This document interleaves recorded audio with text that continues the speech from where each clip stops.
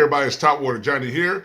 I'm sorry there will not be a video tonight. I've been out of town for most of the week, but this week's video that normally comes out on Thursday will be dropping this Friday. So what I want to do is share with you the lures that I will be reviewing in the next coming video here. The first one up will be the Strike King double bladed buzz bait right here.